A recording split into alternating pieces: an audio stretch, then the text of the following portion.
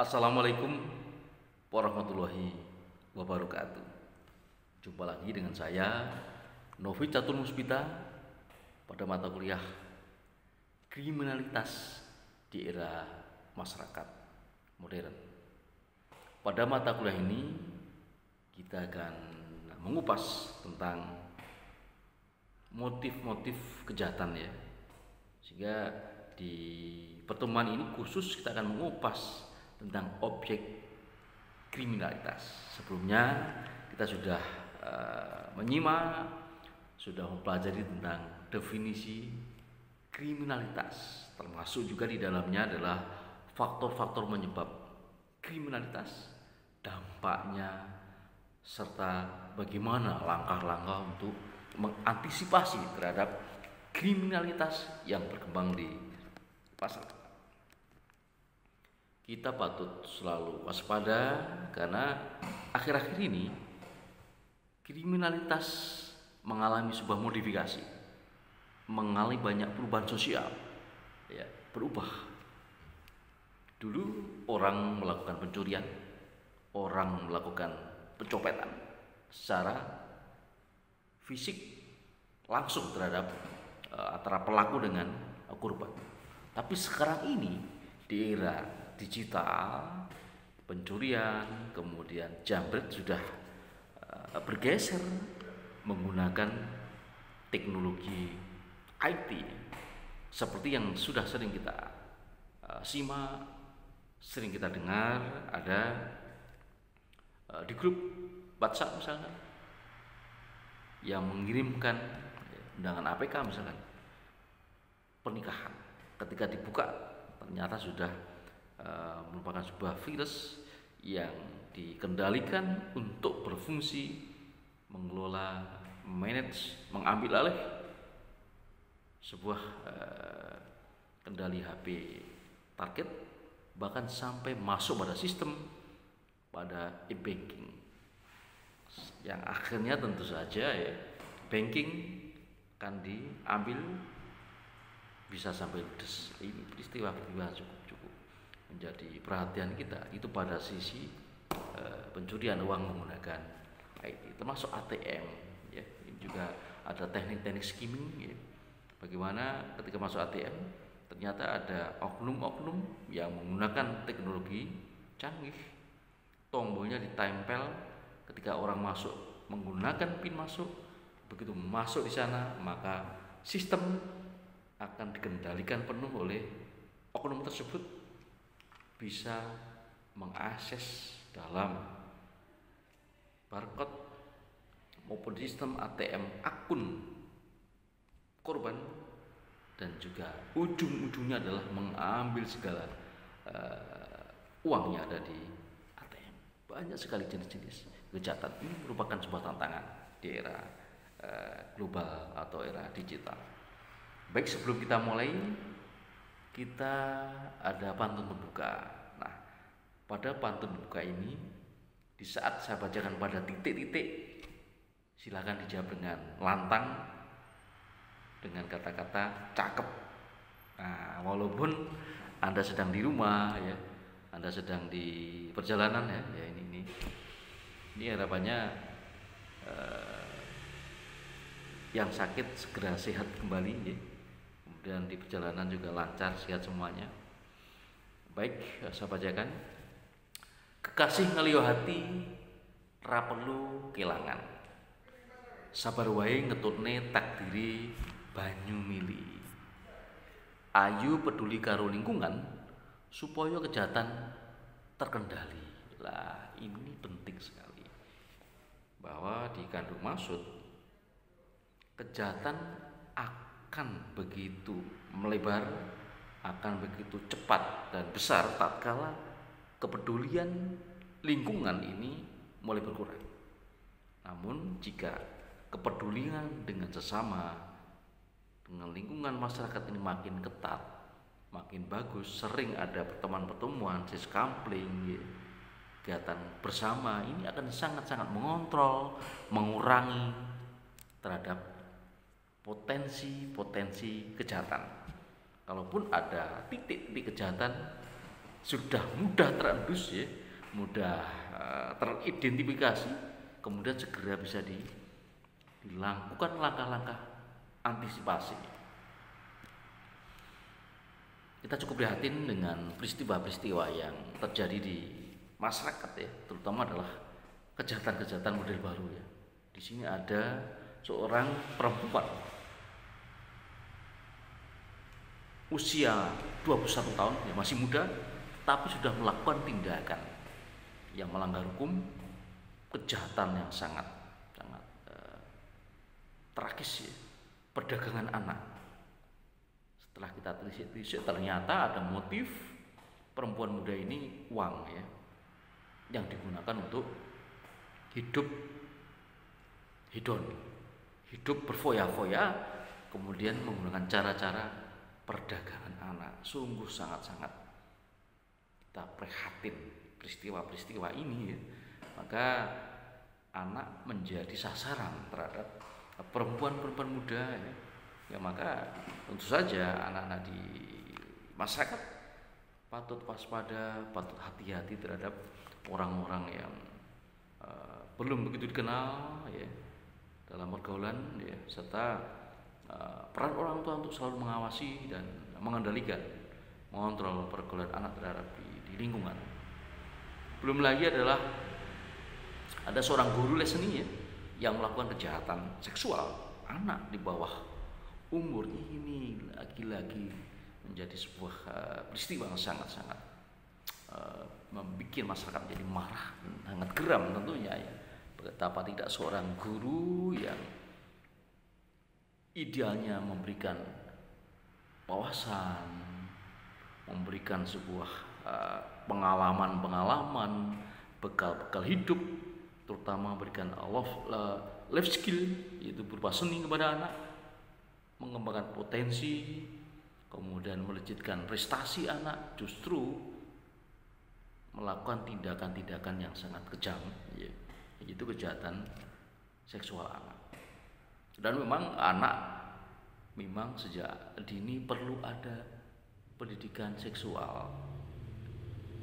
Yang dikandung maksud adalah disesuaikan dengan usia anak, supaya apa? Tidak sembarangan organ tubuh anak itu dipegang oleh siapapun ya, terutama adalah organ tubuh yang vital. Ini perlu disampaikan kepada anak-anak kita tentunya, supaya apa? Ketika ada orang lain dan siapapun itu kok sampai memegang, tidak boleh, ini adalah dilarang. Ini perlu difahamkan supaya apa? Tidak sembarangan ya, anak bergaul, dan juga anak adalah patut harus dilindungi. Nah, ini menjadi sebuah PR bersama untuk mengawasi ya, anak dalam lingkungan ya, dalam belajar selalu ada pantauan yang secara komprehensif, dan baik dari orang tua, kemudian masyarakat, tokoh masyarakat, bersama-sama kita untuk melakukan kontrol sosial terhadap menjamin keamanan, menjamin kenyamanan anak, baik di rumah, di masyarakat, di sekolah, dan di lembaga-lembaga pendidikan lainnya. Adalah tugas kita bersama. Dampak buruk yang sangat ekstrim ya, ketika anak mengalami kejahatan seksual ini akan mengalami trauma ya.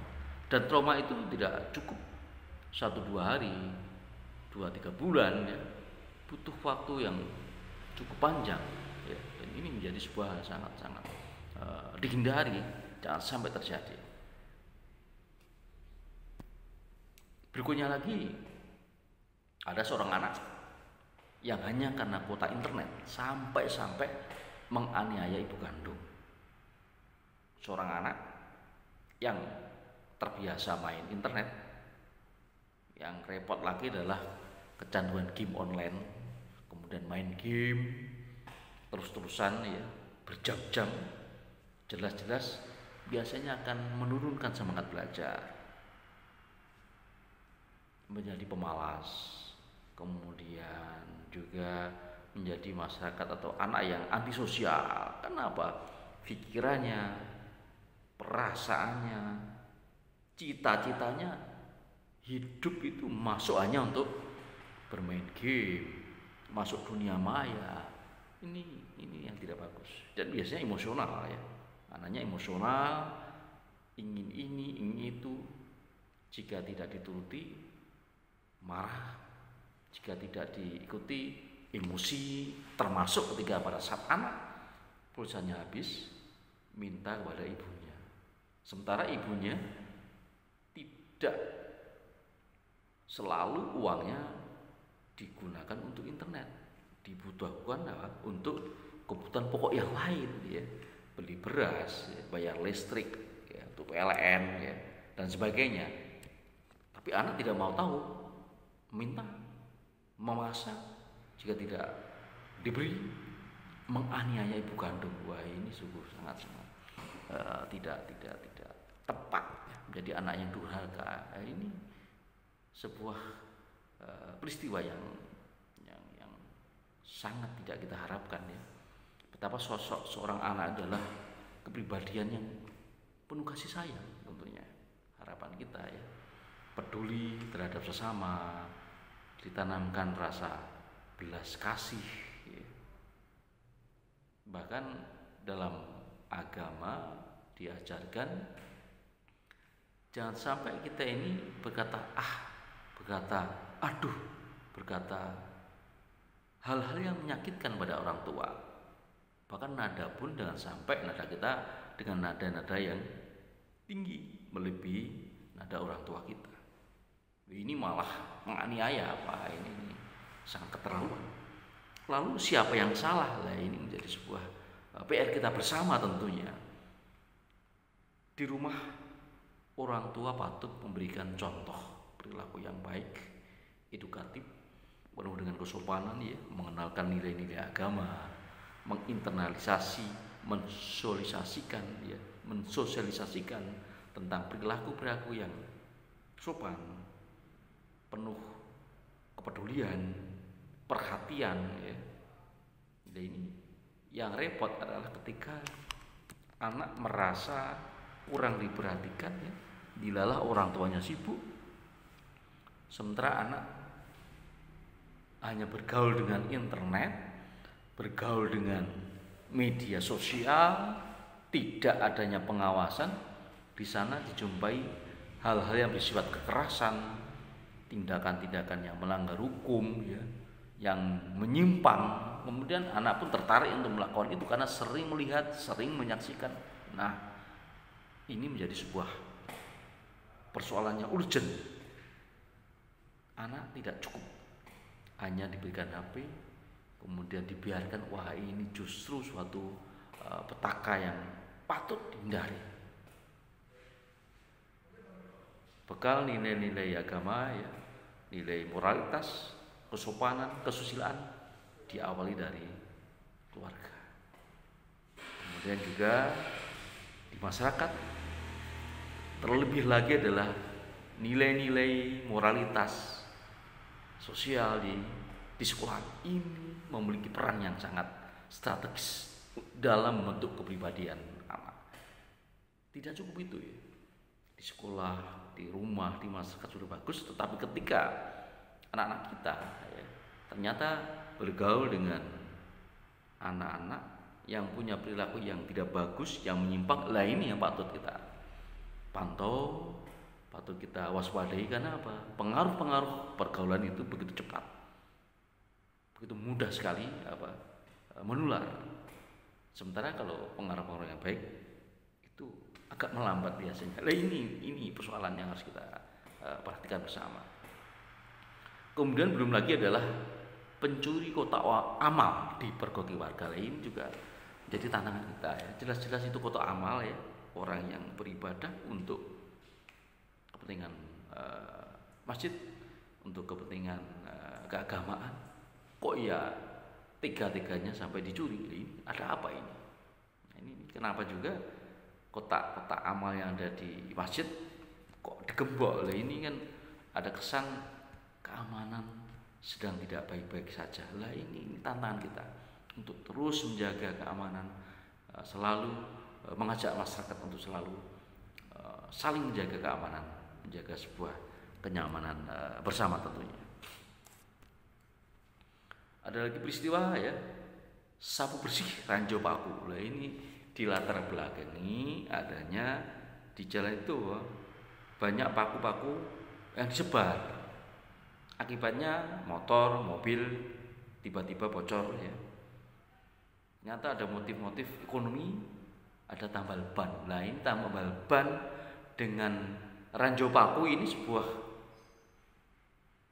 tindakan yang sengaja dilakukan untuk apa? Kepentingan pribadi dan merugikan dan membahayakan ya tentunya.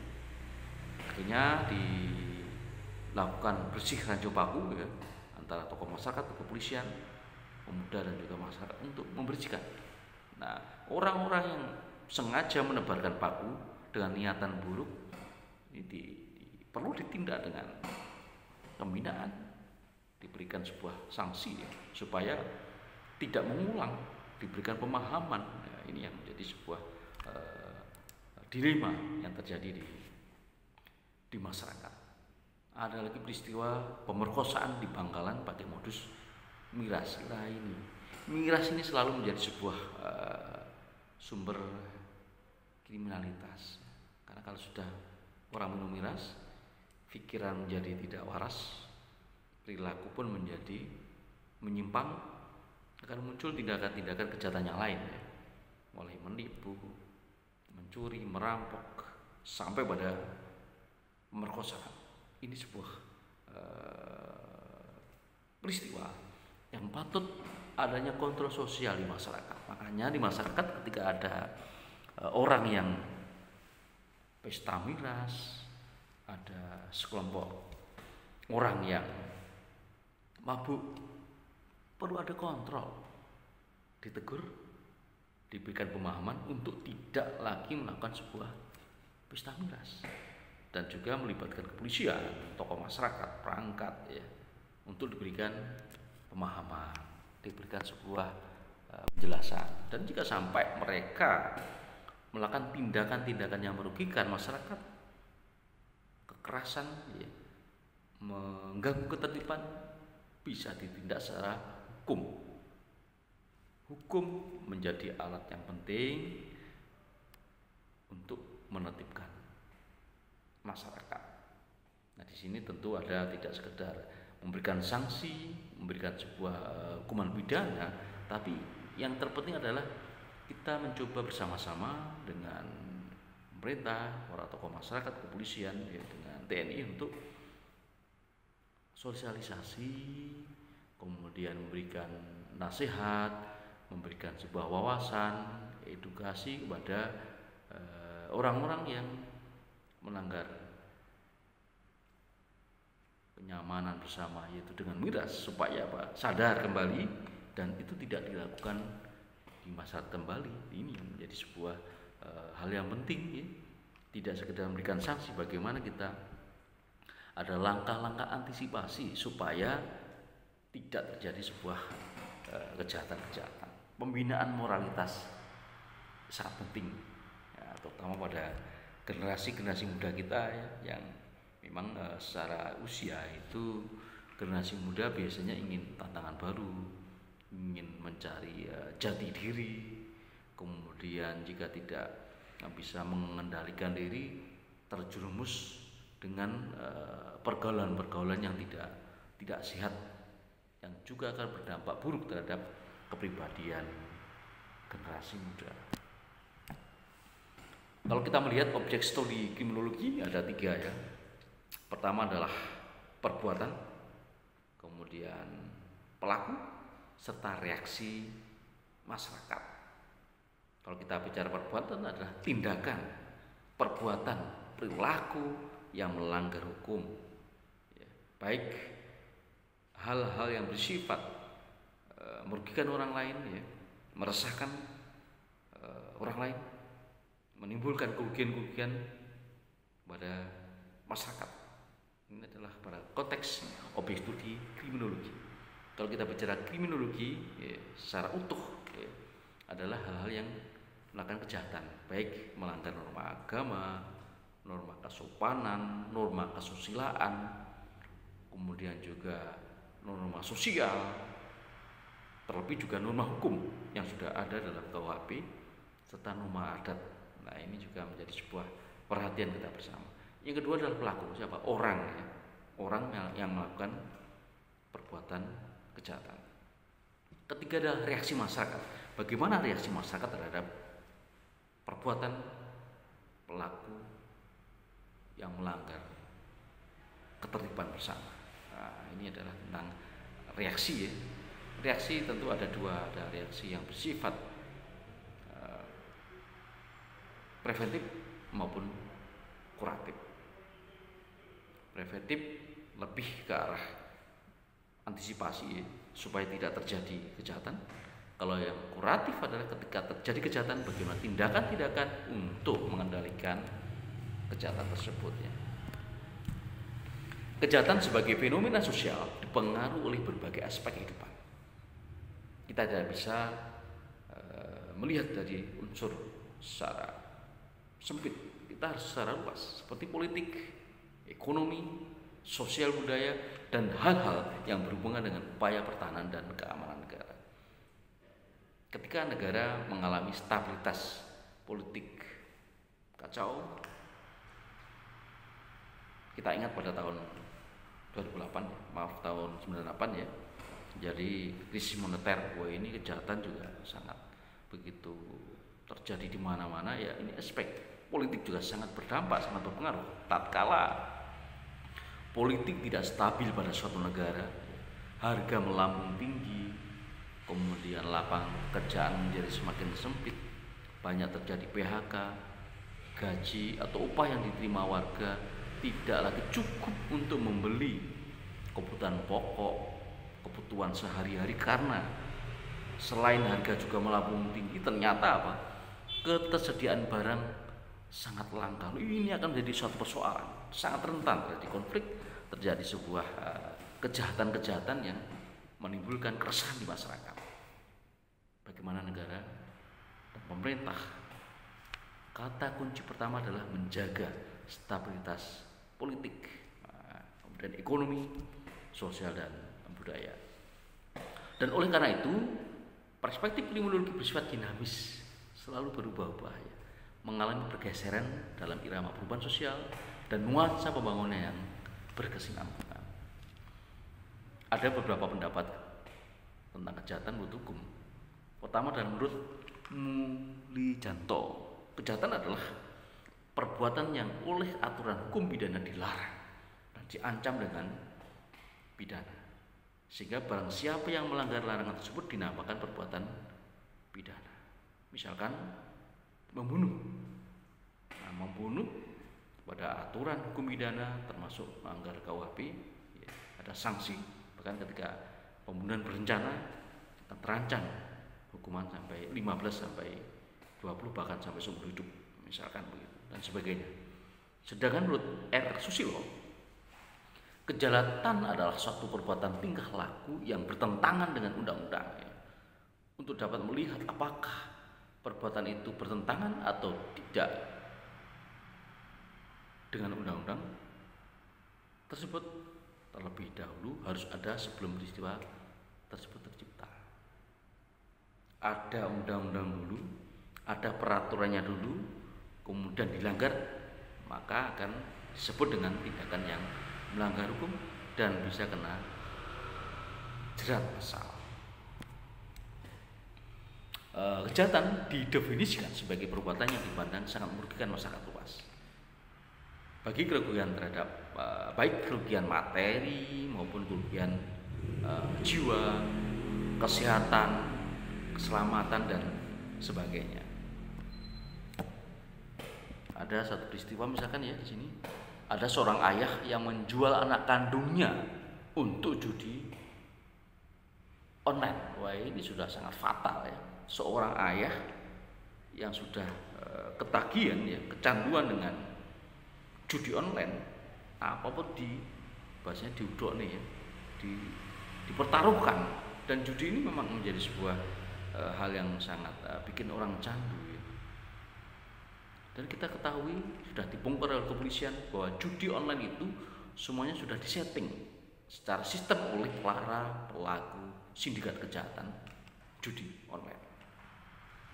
Sehingga awal mula orang mencoba mendudukan atau mempertaruhkan sebuah uang pada judi online, di awal-awal akan diberikan kemenangan, beberapa kali menang, sehingga penasaran mencoba dipertaruhkan dengan angka-angka uang yang lebih besar. Bahkan ketika sudah besar pasti akan kalah, karena memang judi online ini sudah disetting, sudah diatur oleh para sindikat oknum-oknum judi online. Dan judi online ini merupakan sindikat internasional ya, yang dikendalikan oleh para pelaku kejahatan tingkat internasional. Sampai-sampai anak kandung dijual. Betapa tidak bisa berpikir secara sehat, betapa sudah sangat emosional dan sangat tidak layak dilakukan ya, pikiran serta pola pikir gara-gara kecanduan. Betapa sangat berbahayanya. Kemudian perkembangan kriminologi setelah tahun 60-an. Berdasarkan kajian sosiologi terhadap hukum pidana, bahwa suatu perbuatan dikatakan sebagai kejahatan tindak pidana itu tidak semata-mata dipengaruhi oleh besar kecilnya kerugian yang ditimbulkan atau karena bersifat amoral, tetapi lebih juga bisa jadi dipengaruhi oleh kepentingan politik. Ini adalah perkembangan kriminologi setelah tahun 60-an.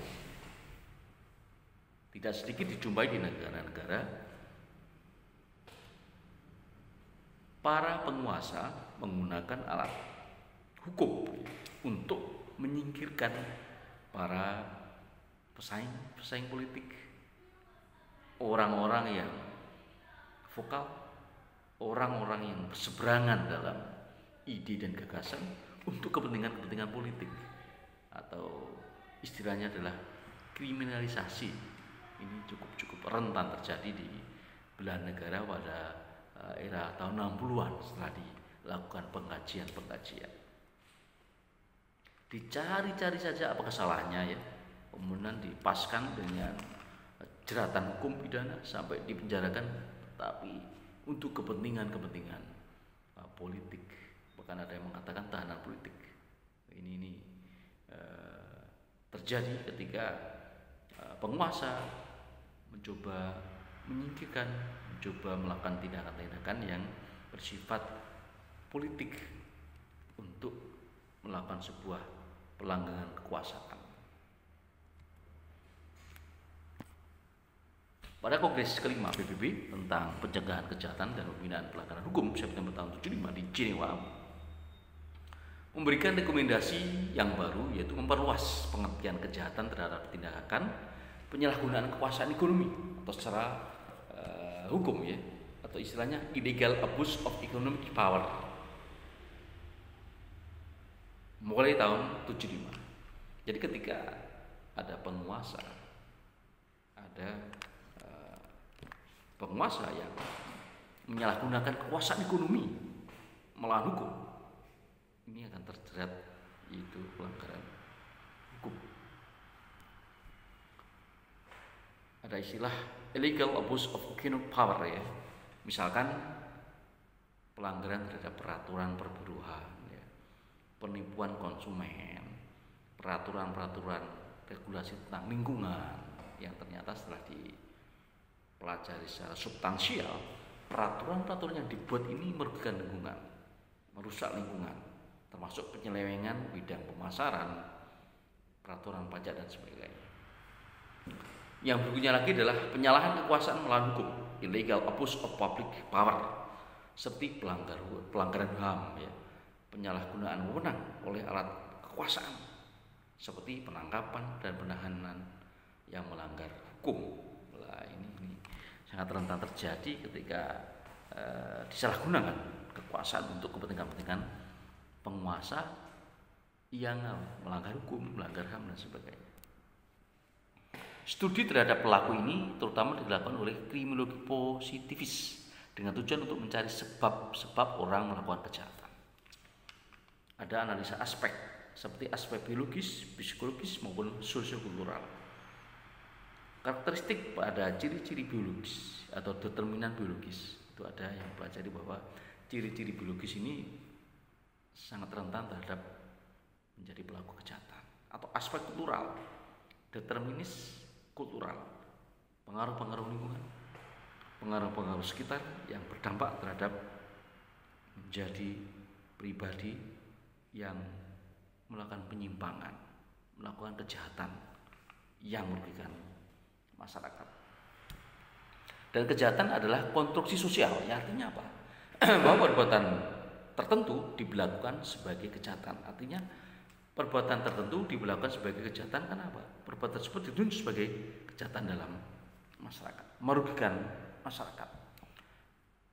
Di sini ada pengertian kejahatan menurut sosiologi adalah perbuatan atau tingkah laku yang selain merugikan si penderita juga sangat merugikan masyarakat. Misalkan ya, menghilangkan keseimbangan, ketentraman dan ketertiban di masyarakat. Ada 3 teori ya yang membahas tentang kategori umum. Ada stam cultural deviance adalah penyimpangan budaya. Ketika budaya itu menyimpang, sebuah problem yang patut dikaji kembali, perlu ada pendekatan-pendekatan secara sosial dan secara kultural ya untuk melakukan sebuah modifikasi supaya apa? Budaya tersebut harus diubah, dibenahi supaya menjadi budaya yang bagus, budaya yang tidak lagi melanggar hukum, budaya yang tidak menyimpang atau merugikan masyarakat. Misalkan ada budaya minum minuman keras, ini repot ya, segera tentu saja untuk diberikan pemahaman, berikan sebuah pendekatan ya, yang sangat humanis untuk diubah dengan misalkan minuman-minuman yang lain yang tidak membahayakan. Ada lagi yang kedua adalah social control. Perspektif story dan penyimpang budaya memusatkan perhatian pada kekuatan-kekuatan sosial. Social control ini menjadi sebuah hal yang penting ya untuk mengendalikan masyarakat, untuk mengontrol supaya masyarakat taat pada keteraturan, taat pada hukum, dan kejahatan harapannya akan ditekan dengan lebih intens. Yang ketiga adalah social force ya. Bagaimana ada kekuatan sosial ya yang berdampak melakukan aktivitas kriminal, ini perlu menjadi sebuah kajian ya, menjadi sebuah perhatian. Ada kelompok-kelompok, kalau dalam istilahnya geng atau mafia atau gerombolan ya, yang kemudian mereka membentuk sebuah organisasi, membentuk sebuah kekuatan sosial untuk melakukan tindakan-tindakan yang melakukan kejahatan. Nah, ini patut diperhatikan.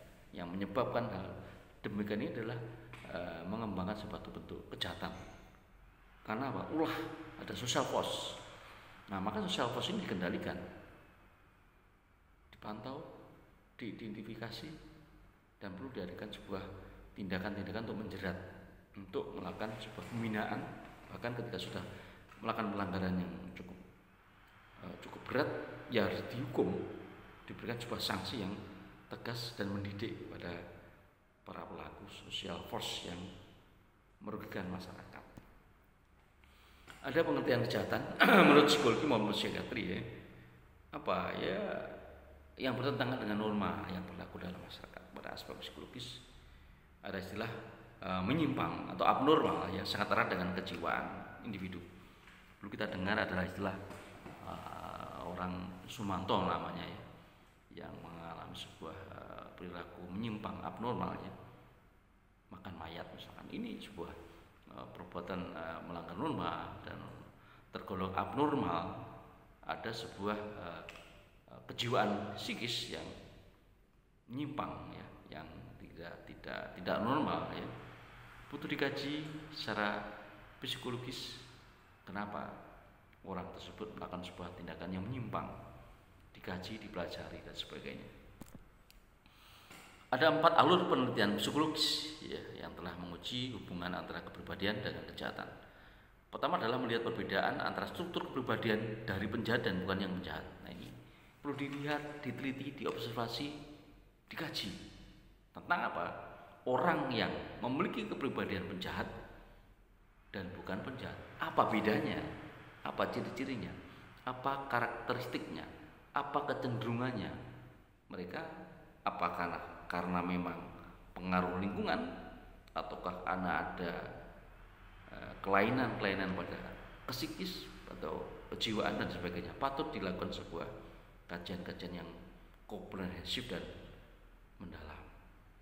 Yang kedua adalah mencoba memprediksi tingkah laku. Nah, ini juga menjadi sebuah korelasi hubungan antara kepribadian dengan kejahatan.